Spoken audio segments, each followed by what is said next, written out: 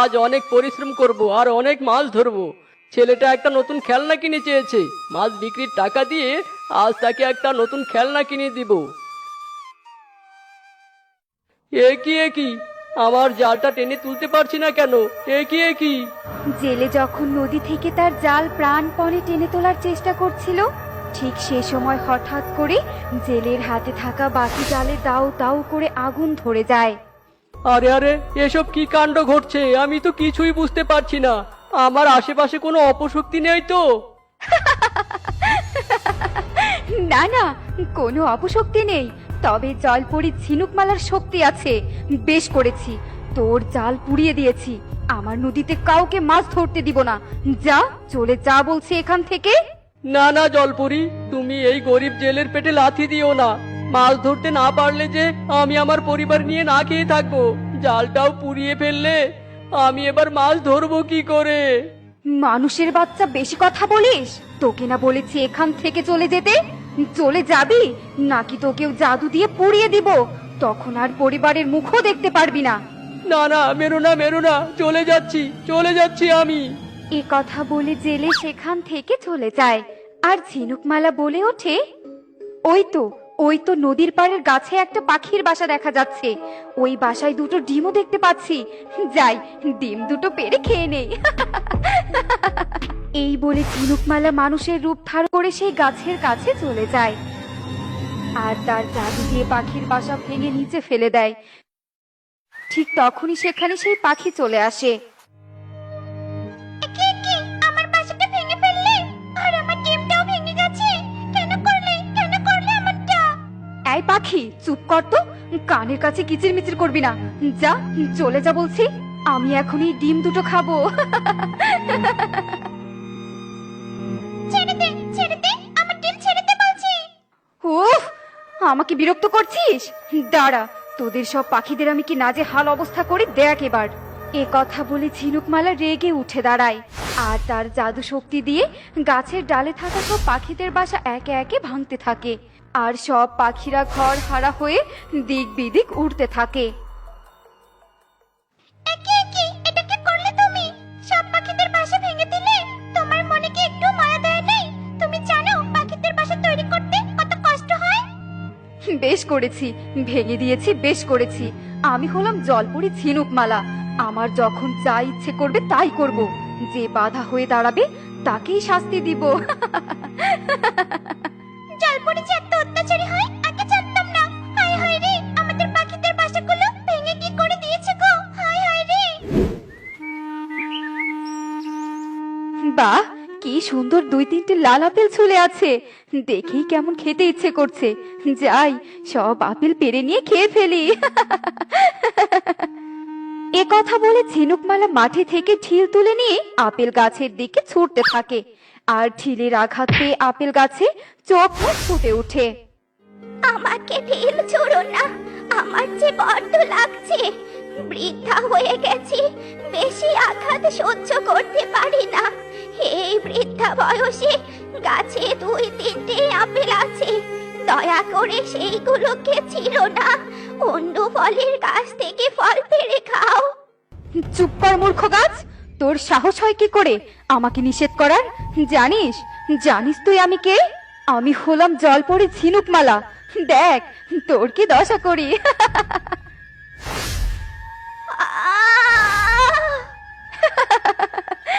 দেখ দেখ আমাকে নিষেধ করার ফল কি হলো। থাক বৃদ্ধা আপেল গাছ, ভাঙা ডালপালা নিয়ে দাঁড়িয়েই থাক, আমি চললাম।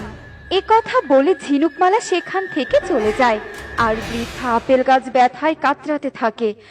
জলপরী ঝিনুকমালা হাঁটতে হাঁটতে একটা ফাঁকা মাঠের কাছে চলে আসে আর সেই মাঠে কিছু ছোট ছোট ছেলে মেয়েদের খেলতে দেখতে পায়। বাবা, কি ছোট ছোট মানুষের বাচ্চা! এই বাচ্চাগুলোকে বশ করে যদি আমি আমার জলরাজ্যে নিয়ে যেতে পারি, তবে সারা জীবন আমি আমার দাস করে রেখে দিব। এবার তবে ওই মানুষের বাচ্চাগুলোকে জলরাজ্যে নিয়ে যাওয়ার ব্যবস্থা করি। এই বলে ঝিনুকমালা সেই ছোট্ট বাচ্চাদের উপর তার বশীকরণ জাদু প্রয়োগ করে আর সাথে সাথে বাচ্চাগুলো অজ্ঞান হয়ে পড়ে যায়। তারপর ঝিনুকমালা তার দৈব শক্তির বলে বাচ্চাগুলোকে নিয়ে অদৃশ্য হয়ে যায় অন্যদিকে কিছুক্ষণ পর বাচ্চারা কোথায় তোমরা? বাচ্চারা কোথায় তোমরা? সব বাচ্চাদের সাথে আমার বাচ্চাটাকেও খেলতে পাঠিয়েছিলাম, কিন্তু এখন তো খুঁজেই পাচ্ছি না। আমার বাচ্চাটাকে বুঝি হারিয়ে ফেললাম গো, হারিয়ে ফেললাম। কেঁদো না বৌদি, কেঁদো না, আমরা সবাই আমাদের বাচ্চাদের ঠিক খুঁজে পাবো। চলো চলো একটু সামনে এগিয়ে দেখি। এরপর সবাই হাঁটতে হাঁটতে বনের আরো কিছু দূরে চলে যায়। বাচ্চারা কোথায় তোমরা? বাচ্চারা কোথায় তোমরা? আর এক নাগরাজের গুহার সামনে এসে পৌঁছায়। সবার চিৎকার চেঁচামেচিতে নাগরাজ গুহা থেকে বেরিয়ে আসে আর বলে, আহ, চিৎকার চেঁচামেচি করে আমার ঘুমটাই নষ্ট করে দিলি তোরা।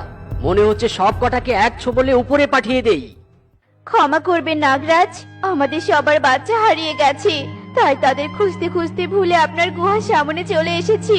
বাচ্চাদের কোথাও খুঁজে পাচ্ছি না, কোথাও না। এ কথা শুনে নাগরাজের মনে বড্ড মায়া হয়, আর নাগরাজ সবাইকে আশ্বস্ত করে বলে, আহারে, তোমাদের বাচ্চা হারিয়ে গেছে?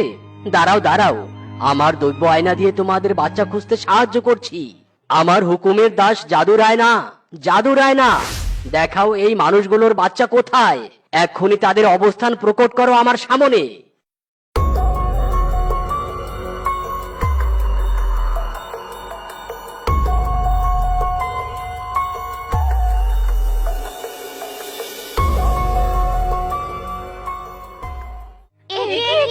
আমাদের বাচ্চাদের ওই জলপরি ঝিনুকমালা ধরে নিয়ে গেছে।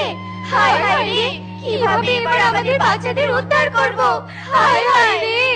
তোমরা হায় হায় করো না, আমি ওই ঝিনুকমালার কাছ থেকে তোমাদের বাচ্চা উদ্ধার করে দেব। চলো চলো সবাই আমার সাথে ওই নদীর পাড়ে চলো, ওই নদীতেই অত্যাচারী ঝিনুকমালাকে পাওয়া যাবে।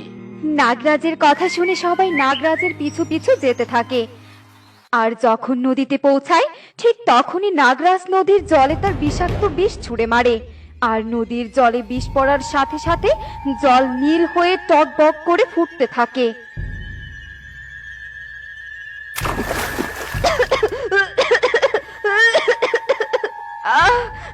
আমার আমার কষ্ট হচ্ছে। এই তোরা তোরা নদীর জলে কি মিশিয়েছিস? আমি নিঃশ্বাস নিতে পারছি না, নিঃশ্বাস নিতে পারছি না।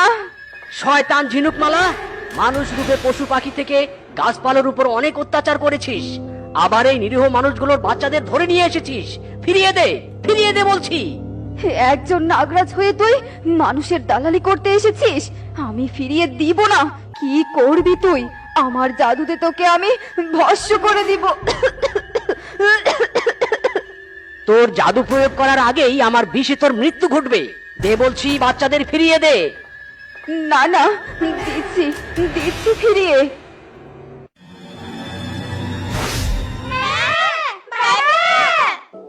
নাগরাজ, আপনার জন্য আমাদের বাচ্চাদের খুঁজে পেলাম। হ্যাঁ, সবাই বলো, সবাই বলো, জয় নাগরাজের জয়, জয় নাগরাজের জয়। নাগরাজ, তোকে আমি ছাড়বো না। তোর ক্ষতি আজ নয়তো কাল আমি করেই ছাড়বো। তুই আমার কি ক্ষতি করবি? দেখ তোর আমি সারা জীবনের জন্য কি দশা করি। এই কথা বলে নাগরাজ ঝিনুকমালার ওপর তার নাগ শক্তি প্রয়োগ করে। আর সাথে সাথে ঝিনুকমালা একটা ইঁদুরে পরিণত হয়ে যায়। ঝিনুকমালার এই পরিবর্তন দেখে সবাই হাসিতে লুটিয়ে পড়ে। এই চলো সবাই চলো, আমরা আমাদের নিজেদের জায়গায় ফিরে যাই।